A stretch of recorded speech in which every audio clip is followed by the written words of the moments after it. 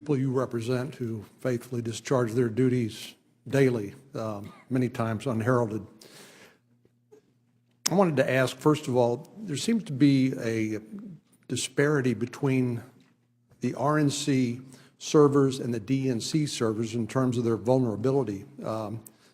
Admiral Rogers, this perhaps is a good question for you, but is good practice in terms of defenses important in terms of securing information like that was stolen in these hacks? Yes. Would this also be, would your concerns about the vulnerability of a private server also extend to government officials using private email servers and engaging in the exchange of classified information on those private email servers? I would argue everyone needs to have an awareness of how they communicate, whether we're talking personal or at work. That's the nature of the world we find ourselves in now. And to do so in compliance with the laws and the protocols of the federal government. When did the Russians first begin to hack U.S. networks? Admiral Rogers? With respect to this particular issue? No, I'm just wondering, how long has this been going on? Since the 1990s, off the top of my head. Okay. So while this has certainly become much more visible and focused given the focus of the effort, this really is a long-standing effort by nation states, including Russia, to hack into our networks, correct? Yes, we have seen long-standing efforts to hack into our network.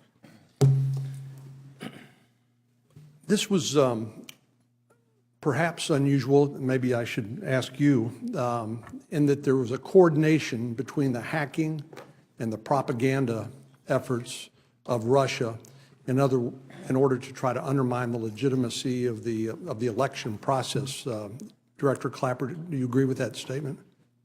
Yes, orchestrated by the intelligence services. And is this the first time in your experience where you've seen that sort of multi-layered, multifaceted coordination between propaganda efforts and hacking into our networks, or is this a new new normal? It's a progression of capabilities as they've acquired them and used them. They certainly have long-standing practices like that against European countries.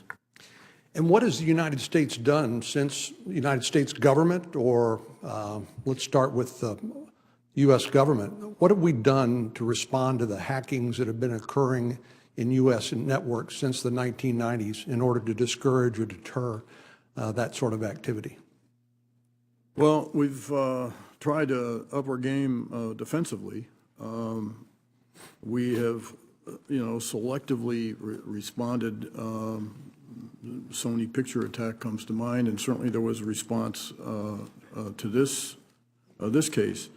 But the issue, as I said earlier, is if nation states are conducting espionage against one another, which we do as well as many other nation states, and if the standard is to punish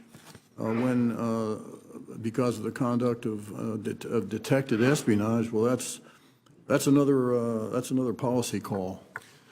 Well, as I recall, during the publicity about the Sony hack, there was a lot of discussion as to how do you characterize this? Was this an act of war? Was this a commercial?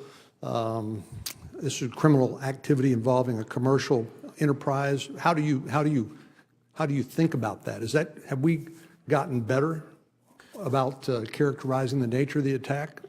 Well, yeah, we the intelligence community, particularly the Bureau, I think does an excellent job of attribution.